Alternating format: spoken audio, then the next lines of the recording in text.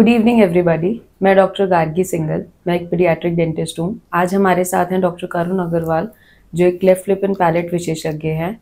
आज हम सर से जानेंगे syndromic cleft lip and palate के बारे में।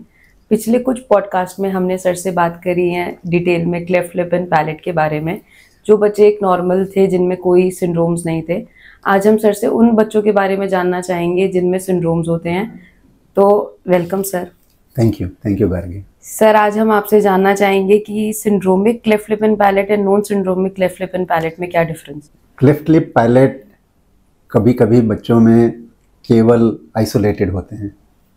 कुछ बच्चों में जन्मजात क्लेफ्ट लिप के साथ में और दूसरे डिफेक्ट भी हो सकते हैं। तो जिन बच्चों में केवल क्लेफ्ट लिप होता है वो non syndromic cleft lip and palate है, और जिन बच्चों में क्लेफ्ट के साथ में और कोई दूसरे डिफेक्ट्स होते हैं शरीर के दूसरे अंगों में या कोई सिस्टम में, तो उनको हम सिंड्रोमिक क्लेफ्ट कहते हैं। सर, ये जो syndromic cleft lip and palate है, ये कितना कॉमन है सिंड्रोम्स बच्चों के साथ? मतलब सिंड्रोमिक क्लेफ्ट बहुत अनकॉमन नहीं है। हमारे एक्सपीरियंस में करीब 5 में से 1 बच्चा जो क्लेफ्ट के साथ में पैदा होता है उसमें सिंड्रोम होते हैं।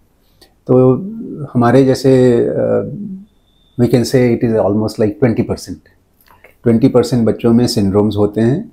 और ये जो सिंड्रोम्स हैं अलग अलग कंट्री में, अलग अलग रेस में अलग अलग इंसिडेंस होता है, लेकिन इंडिया में हमारे एक्सपीरियंस में, हमारे डेटा में अराउंड 20% के आसपास है पेशेंट्स में। सर, कौन सा जो सिंड्रोम है वो सबसे ज़्यादा कॉमनली एसोसिएटेड है क्लेफ्ट लिप एंड पैलेट में? यदि हम लिटरेचर के हिसाब से जाएं, किताबी ज्ञान से जाएं, तो ऑलमोस्ट 400 सिंड्रोम्स जो हैं इसके साथ में डिस्क्राइब्ड है। कुछ किताब में लिखते हैं 400, कुछ बोलते हैं 300, कुछ बोलते हैं 200। तो मतलब काफ़ी सिंड्रोम्स हैं जो इसके साथ में एसोसिएटेड है। हम लोग जो देखते हैं, कॉमनली जो देखते हैं, वो 5-6 सिंड्रोम जो हैं वो यूजुअली दिखते हैं। उसमें से एक होता है पायरो-रॉबिन सिंड्रोम और पायरो-रॉबिन सीक्वेंस। दूसरा होता है वॉन डे वो सिंड्रोम। ये दोनों के बारे में हमने पहले चर्चा की हुई है। तीसरा जो सबसे ज़्यादा कॉमन होता है वो हार्ट के साथ में, हार्ट एनोमलीज या हार्ट डिफेक्ट के साथ में होते हैं। वो तीसरा एक सबसे ज़्यादा कॉमन सिंड्रोम्स होते हैं। बाकी और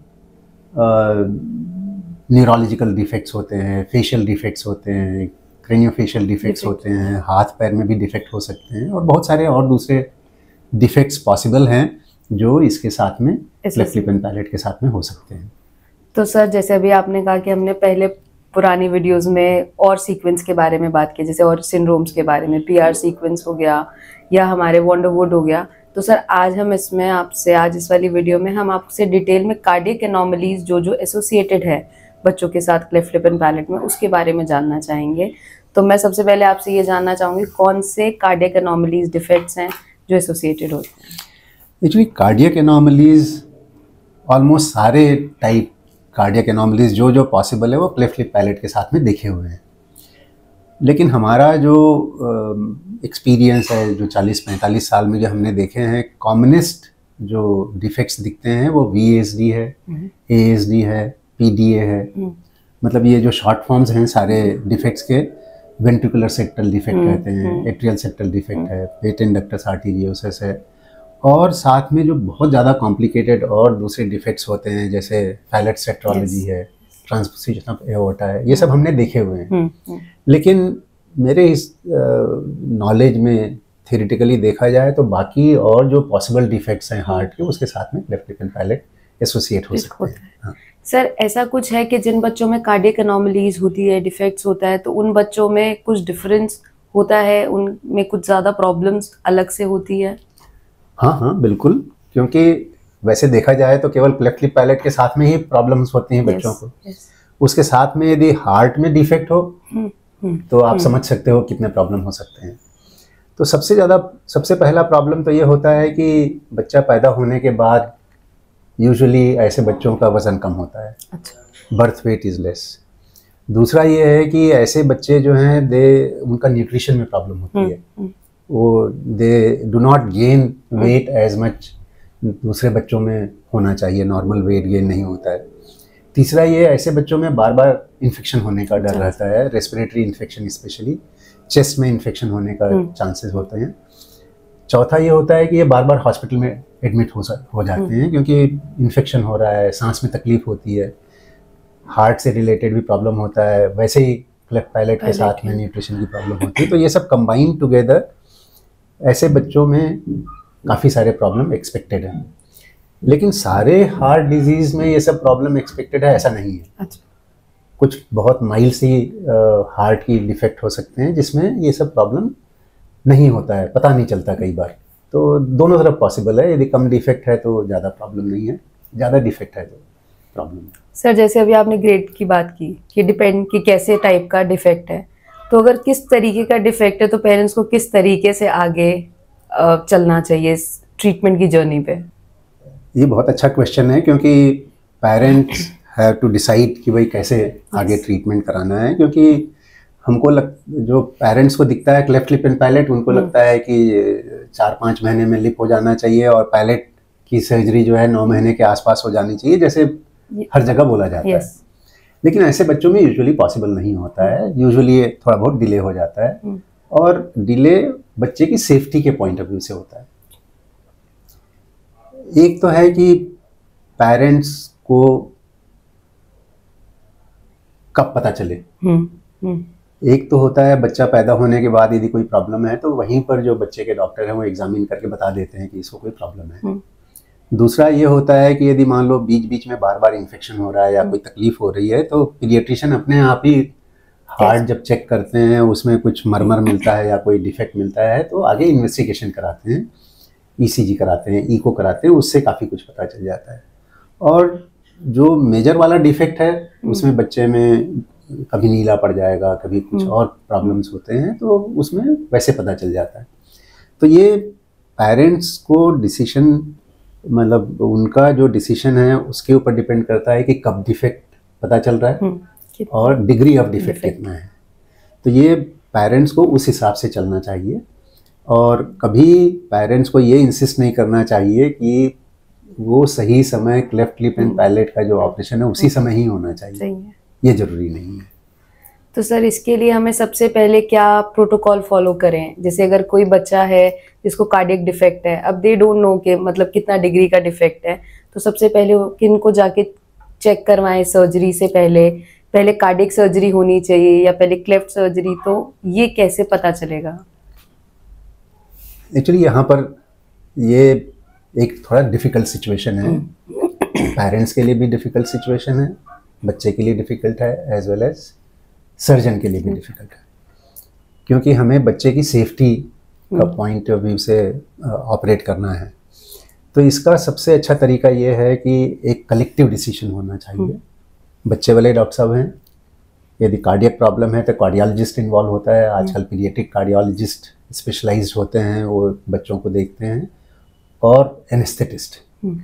ये 3 मिल करके इन कंसल्टेशन विद सर्जन चारों मिल करके डिसाइड करते हैं कि ऐसे बच्चों का ऑपरेशन कब होना चाहिए। सबसे पहली बात ये होती है कि हार्ट का ऑपरेशन पहले होना चाहिए, हार्ट की डिफेक्ट की ट्रीटमेंट पहले होनी चाहिए, या फिर क्लेफ्ट का होना चाहिए।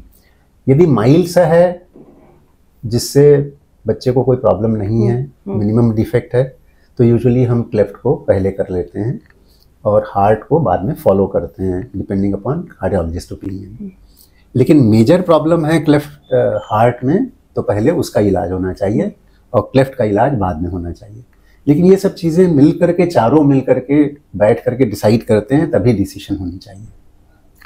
मतलब ऐसा नहीं है कि पेरेंट्स ने कहीं देख लिया कि 9 मंथ्स में होना चाहिए, तो उनको भी समझना चाहिए कि डॉक्टर्स का कलेक्टिव डिसीजन के बाद ही सर्जरी हो सकता है। बिल्कुल, क्योंकि ये एक कैच-22 सिचुएशन है।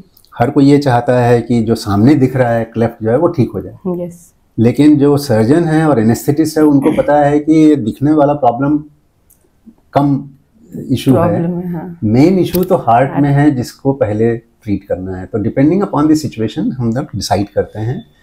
लेकिन इसमें एक और ख्याल करना होता है कि ऐसे बच्चों में जिसमें भी हार्ट डिफेक्ट है, कम है, ज़्यादा है, ऐसे जगह में ऑपरेशन होना चाहिए जहाँ पर कार्डियक फैसिलिटी हो, कार्डियोलॉजिस्ट हों जो समय समय पर बच्चे को देखते रहें, कार्डियोथोरेसिक की फैसिलिटी होनी चाहिए, सो दैट यदि मान लो ज़रूरत पड़े तो उनका भी मदद लिया जा सके। और एनेस्थेटिस्ट जो कार्डियक सर्जरी से एक्सपीरियंस्ड हों, जिनको ऐसे बच्चों को मैनेजमेंट का एक्सपीरियंस है, उनके साथ में ऑपरेशन करवाएं तो उससे सेफ्टी बेटर होती है। That is my recommendation. और स्पेशली क्योंकि हम कार्डियक हॉस्पिटल में काम करते हैं, तो हमको पता है कि ऐसे बच्चों की जब हम सर्जरी करते हैं जिसमें कार्डियक डिफेक्ट है, हालांकि माइल्ड रहता है, पीडीए रहता है, छोटे छोटे वीएसडी होते हैं, छोटे एएसडी होते हैं, बट वी आर श्योर कि हमारे पास बैकअप है। यदि कोई प्रॉब्लम होगी तो we have got all the specialist around to take care of such children. Cardiologist is always available, cardiothoracic surgeon is available, और एनेस्थेटिस्ट जो कार्डियक सर्जरी की एनेस्थीसिया देते हैं वो भी अवेलेबल रहते हैं। तो इसलिए we are confident about such patients. Sir, अब जैसे ये है कि कार्डियक डिफेक्ट है या ठीक हो गया है, स्टिल अब हम क्लेफ्ट सर्जरी पे जा रहे हैं, तो उससे पहले कोई ऐसा है जो केयर या प्रिकॉशन लेना चाहिए पेरेंट्स के लिए जिनका वो ध्यान रख सकें? ये तो डिपेंड करता है कि ऑपरेशन, जैसे मान लो कार्डियक डिफेक्ट जो है वो ठीक हो गया है, उसके बाद यदि कोई डिफेक्ट नहीं है फिर तो इट्स अ नॉर्मल चाइल्ड, उसमें जैसे बाकी क्लेफ्ट लिप पैलेट की का मैनेजमेंट होता है वैसे ही होगा।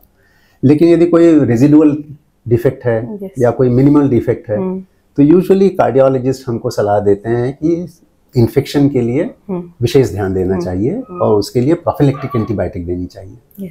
वो हम बोलते हैं सब एक्यूट बैक्टीरियल एंडोकार्डाइटिस प्रोफिलेक्सिस, वो उसका हमें ध्यान रखना चाहिए और हमेशा हम ध्यान रखते हैं। तो ऐसे बच्चों में यूजुअली हॉस्पिटलाइजेशन जो है 3 दिन 4 दिन हो सकता है कभी कभी, specially because we want to be careful, और हमें दवाइयाँ जो है पूरा देना होता है, इसलिए हमको रखना पड़ता है ऐसे बच्चों को। अदरवाइज सर्जिकली कोई डिफरेंस नहीं। वही सर, मेरा नेक्स्ट क्वेश्चन ये था कि सर्जिकली कुछ बच्चों में इसमें कुछ डिफरेंस होता है, जिन बच्चों में कार्डियक प्रॉब्लम है और जिनमें नहीं है? सर्जिकली कोई डिफरेंस नहीं है। जो क्लेफ्ट लिप पैलेट नॉर्मल बच्चे में है या यूजुअल बच्चे में है, वैसे ही सर्जरी जो है कार्डियक बच्चों के साथ में, या बच्चे जिनमें कार्डियक डिफेक्ट है या सिंड्रोमिक हैं उनके साथ में भी सेम सर्जरी होती है, कोई डिफरेंस नहीं है। तो उसमें आपको कोई विशेष ध्यान देने की ज़रूरत नहीं, वो सर्जन के ऊपर डिपेंड करता है वो क्या चूज़ करता है, क्या ऑपरेट करता है। और सर, उसके बाद का जैसे पोस्ट ऑपरेटिव जो केयर होता है, जैसे बच्चे को डिस्चार्ज किया आफ्टर 3 days और 4 days डिपेंडिंग के बच्चा कैसा है, उसके पोस्ट ऑपरेटिव केयर में सर कुछ डिफरेंस है या जैसा हमने क्लेफ्ट पैलेट या क्लेफ्ट लिप में डिस्कस किया वैसा ही होता है? एक्जैक्टली सेम, उसमें कोई फ़र्क नहीं है। सिंड्रोमिक हो, नॉन सिंड्रोमिक हो, post operative care of cleft lip and palate children remain same, कोई फ़र्क नहीं है। बस यही है कि हमेशा हमको ख्याल करना चाहिए कि यदि मान लो कोई इन्फेक्शन हो जाता है, कोई रेस्पिरेटरी प्रॉब्लम होती है, तो इमीडिएटली हॉस्पिटल आना चाहिए, ताकि यदि कोई अंदर में कोई लगे कि भाई लंग में कोई खराबी हो रही है, हार्ट में कोई खराबी हो रही है, तो डॉक्टर इमीडिएटली देख करके सलाह दे सकते हैं। Otherwise rest of the care remain same, वो सेम ही है, उतना ही प्रिकॉशंस है जिन बच्चों में कार्डियक डिफेक्ट और जिनमें नहीं। बिल्कुल बिल्कुल कोई फ़र्क नहीं, बिल्कुल। सर, बस मैं लास्ट में आपसे ये कहना चाहूंगी, जैसे कुछ पेरेंट्स फिर भी दोबारा एम्फेसिस के लिए कि उनको ये रहता है कि 9 months हो गए अब सर्जरी होनी चाहिए, तो मैं लास्ट में आपको ये कहना चाहूंगी, आप प्लीज पेरेंट्स को ये बोलिए कि उस पर नहीं डिपेंड करता है और अलग चीज़ों पे ध्यान देना चाहिए। तो प्लीज़ आप ये एक लास्ट मैसेज पेरेंट्स के लिए। बिल्कुल सही बात है। यूजुअली जो क्लेफ्ट लिप पैलेट सर्जरी है ऐसे बच्चों में जिनमें हार्ट के डिफेक्ट्स हैं, यूजुअली लेट होता है, और यदि लेट हो जाता है तो कोई नुकसान नहीं है। यदि क्लेफ्ट लिप की सर्जरी यदि साल भर के बाद होती है तो कोई फ़र्क नहीं है रिजल्ट में। पैलेट की सर्जरी यदि मान लो 1.5 साल 2 साल की उम्र में भी होता है तो कोई रिजल्ट में कोई फ़र्क नहीं है, बट डिले करने से हार्ट की जो डिफेक्ट है वो अच्छे से असेस हो सकता है, बच्चे का अच्छे से ख्याल कर सकते हैं, और काफ़ी सारे जो डिफेक्ट्स हैं वो अपने आप बंद होने लगते हैं। VSD, ASD ये सब धीरे धीरे कम होने लगते हैं, तो इसलिए रिस्क कम हो जाता है। इसीलिए कई बार कार्डियोलॉजिस्ट जो है बोलते हैं कि आप डिले करिए। और डिले करने का भी एडवांटेज यही होता है कि डिफेक्ट कम हो जाता है और बच्चा ज़्यादा सेफ हो जाता है। इसलिए समय is not so important, what is important is child safety. और सर्जन और कार्डियोलॉजिस्ट यदि सलाह देते हैं कि डिले करना है तो बिल्कुल डिले करना है, उसमें कोई कॉम्प्रोमाइज़ की ज़रूरत नहीं है। तो पेरेंट्स को नहीं टेंशन लेना है कि स्पीच अफेक्ट होगा या कुछ वैसा? नहीं, बिल्कुल नहीं। 4-6 महीने साल भर यदि कोई सर्जरी डिले हो जाती है तो फंक्शन में कोई फ़र्क नहीं होता है। हो सकता है उनको स्पीच थेरेपिस्ट के सपोर्ट की थोड़ी ज़रूरत पड़े, लेकिन ऐसे कोई फ़र्क नहीं है उसके आउटकम में। सही सर्जरी सही समय में किया जाए बिना कॉम्प्लिकेशन के, तो end result of cleft lip and palate surgery is very good. Thank you so much sir. आज हमने सर से बहुत डिटेल में cardiac anomalies with cleft lip and palate जाना। आई होप आप सबको आपके क्वेश्चंस के आंसर्स मिले हों, and thank you so much. Thank you so much.